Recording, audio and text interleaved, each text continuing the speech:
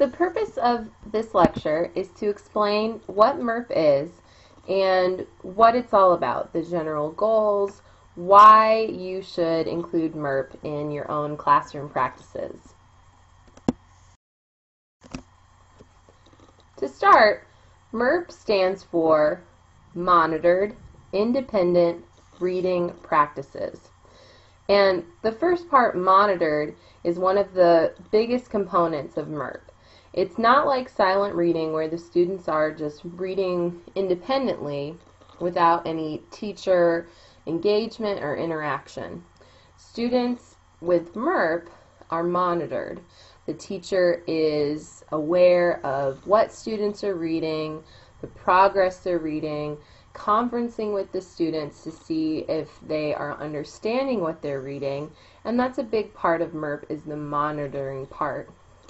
Independent, the I, is that MIRP should be an individual reading program for each student. The students are choosing their reading, they're reading independently, and that's a big part of becoming a lifelong reader, is to be able to do that independently, but with that monitored support. The R, of course, stands for reading, because MIRP is all about reading practice. And then the P is practices. How are students reading? What are the practices they are using? What strategies? So it's not just students read silently by themselves. It involves the students using good reading practices and having that teacher support. So what does MIRP look like? If you were to walk into a classroom, what would you see the students doing? What would you see the teachers doing?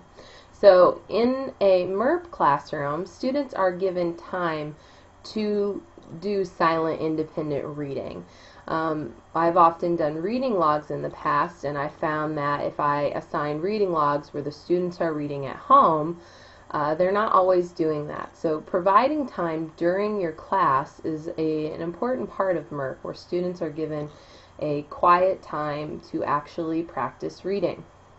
Students are also able to choose their own texts, and if they start reading a book and don't like the book, they're able to abandon the book and choose something different, just as an adult would do. If you go to a bookstore and you start reading a book and you don't like it, you don't have to finish it. So it's all about making reading enjoyable and just a lifelong habit. Students also keep a journal or a log to record what they're reading, so you can see what they're reading, what their progress is, how many books are they reading a week or a month or a year. And then students should also complete activities involving the books they're reading, so that they're thinking about what they're reading, not just completing a book, but they're learning from it. They're thinking about the themes and the characters and things like that. So the teacher should be actively monitoring the students' reading progress. The teacher should do this through observation, walking around the room, individual conferences, but the teacher shouldn't just use this silent reading time as a chance for them to sit at their desk and get something else done. The teacher is actively engaged in the instruction of reading. Teachers should also help recommend books for students, and a big part of that is getting to know your students. What are their interests? What are their reading levels? And recommending books that would be suitable for them to read, that they would enjoy.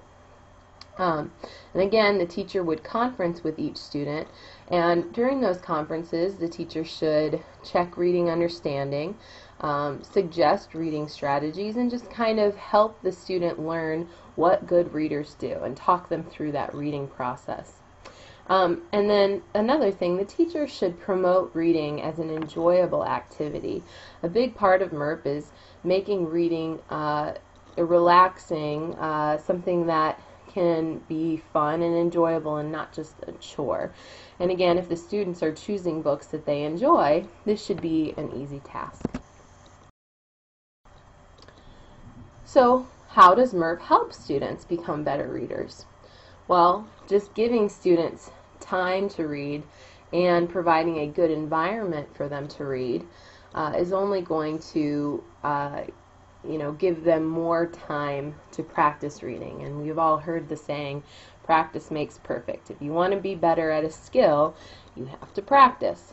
Some other benefits that reading can do is vocabulary, can increase fluency, can increase comprehension, decoding, looking at words and understanding them. Reading has also been shown to help with grammar and spelling, and just becoming a lifelong learner from these reading practices, and again seeing how enjoyable reading can be. Another thing with MIRP is reading motivation, which we touched on earlier. Teachers should encourage students to make reading a habit and not just an activity they do at school. And if teachers want to recommend books for students, that means that teachers must be well versed in young adult literature, meaning teachers should immerse themselves in young adult literature, know who popular authors are, or different genres or types of materials that they can recommend to students based on their specific reading abilities and their interests. And again, teachers need to, start to learn those types of books that they would be suitable for certain students. And the only way to do that is to actually read young adult literature or read more about it. One thing that a MIRP classroom should have is a good classroom library, and this is a helpful thing to have in your classroom for recommending books. I would encourage teachers to take trips to the library maybe every 2 to 3 weeks, but you'll have some readers who maybe need books maybe every couple days, or they decide they don't like a book and you have something there to suggest to them, and it's convenient and it's right there. So I would suggest building your own classroom library. Now there's several different ways to do that. Obviously, if you want to go out and purchase your own books, you're more than welcome to do that, but as we all know, that cost can often get very high. So trying to build school funds through student donations to your own classroom library. You can also go through garage sales, often have a lot of books that people give out, or going to a donation center like Goodwill. Asking parents and students for donations. There's also a website called Donors Choose where you can set up a classroom program where people can donate money for your classroom. If you're around the Mebane area, 5th Street Books has books for sale for sometimes 50 cents each.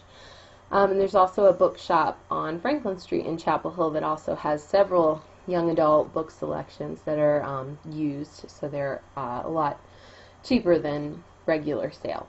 And be creative. There's all kinds of ways to find books or find funds. It just sometimes takes a little bit of initiative to get them.